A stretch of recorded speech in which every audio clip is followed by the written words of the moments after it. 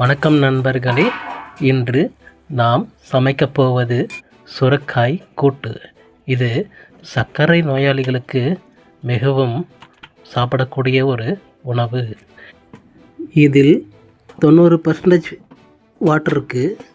So நம்ம ஒரு சுரைக்காயை எடுத்து பீஸாக கட் பண்ணிக்கிறோம். நான் இது ரொம்ப பிஞ்சுன்றதுனால தோலோடவே கட் பண்ணிக்கிறேன்.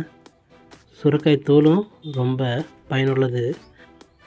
நிறைய பேர் பார்த்திங்கன்னா இந்த தோலை ரிமூவ் பண்ணி எடுத்து போட்டுடுறாங்க. ஆனால் இதில் தான் நிறைய சத்துக்கள் இருக்குது. சுரைக்காவை நல்லா பீஸாக கட் பண்ணிக்கோங்க. சுகரு அதிகமாக இருக்கவங்களுக்கு நீங்கள் இதை செஞ்சு கொடுத்தீங்கன்னாக்கா அவங்களுக்கு உடனே ரிசல்ட் கொடுக்கும். நம்ம உடம்போடைய சூட்டை தணிக்கிறதுக்கு இந்த காய் ரொம்பவும் யூஸ்ஃபுல்லாக இருக்கும். இந்த தோலுலையும் இதே சத்துக்கள் இருக்குது அதிகமாக. நீங்கள் டயட் இருக்கீங்க, இல்லை நம்ம வெயிட் லாஸ் பண்ணணும் அப்படின்ற பட்சத்தில் இந்த சுரைக்காய் ஜூஸை டெய்லியும் எடுத்துக்கிட்டிங்கனாக்கா உங்களுக்கு நல்ல ரிசல்ட் கொடுக்கும். கேஸ் ஸ்டவ்வு ஆன் பண்ணிடுறோம்.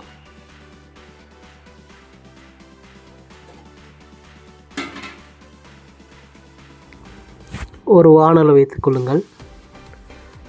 2 ஸ்பூன் மட்டும் எண்ணெய் போதும். அதிகமாக எண்ணெய் சேர்க்க வேண்டாம். ஏன்னா அதில் எண்ணெய் அதிகமாக சேர்த்திங்கன்னா அவங்களுக்கு பேபி அதிகமாகிறதுக்கான வாய்ப்புகள் இருக்கிறது. காய்ந்த மிளகாய் 3 எடுத்துக்கோங்க. இது நம்ம காரத்துக்காக யூஸ் பண்ணுறோம். டேஸ்ட்டும் கொடுக்கும்.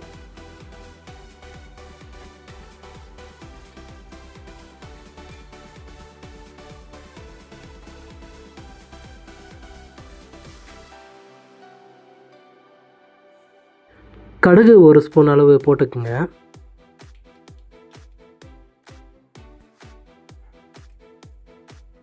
பாசிப்பயிறு 2 ஸ்பூன் அளவு எடுத்திருக்கேன். அதையும் போட்டுக்குங்க. பாசிப்பயிரில் புரோட்டீன் கண்டென்ட்டு அதிகமாக இருக்குது. நல்லா வறுத்துனே இருக்கணும், இல்லைனா அடிபிடிச்சிடும். கருவேப்பிலை போட்டுக்குங்க.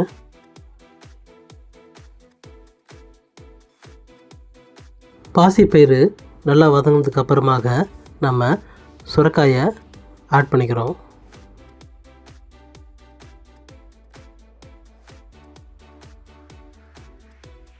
அடி பிடிக்காமல் கிளறி விடுங்க.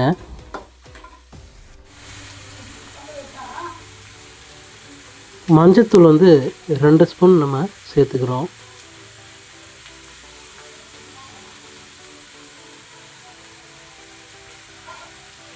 இதில் நீங்கள் வேறு எந்த மசாலாவும் ஆட் பண்ண தேவையில்லை. அடிபிடிக்காமல் நல்லா கிளறி விடுங்க. தேவையான அளவு உப்பு போட்டுக்குங்க.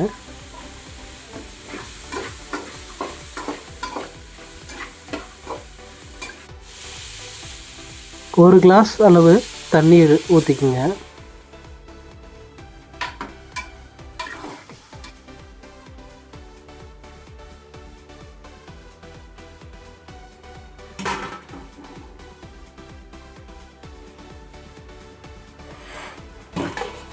இடையில கொஞ்சம் கிளறி விட்டுக்குங்க.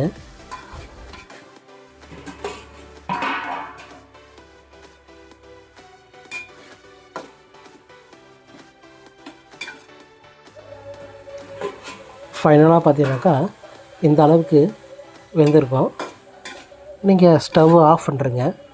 ஆஃப் பண்ணிவிட்டு இதை நீங்கள் மிக்சியில் போட்டு அரைச்சி தோசை இட்லிக்கு யூஸ் பண்ணலாம். அப்படி இல்லைனாக்கா நீங்கள் டைரெக்டாக சாப்பாட்டில் போட்டு பிசைஞ்சு சாப்பிடலாம். நம்ம மற்றொரு வீடியோவில் சந்திக்கலாம். ரொம்ப நன்றிங்க.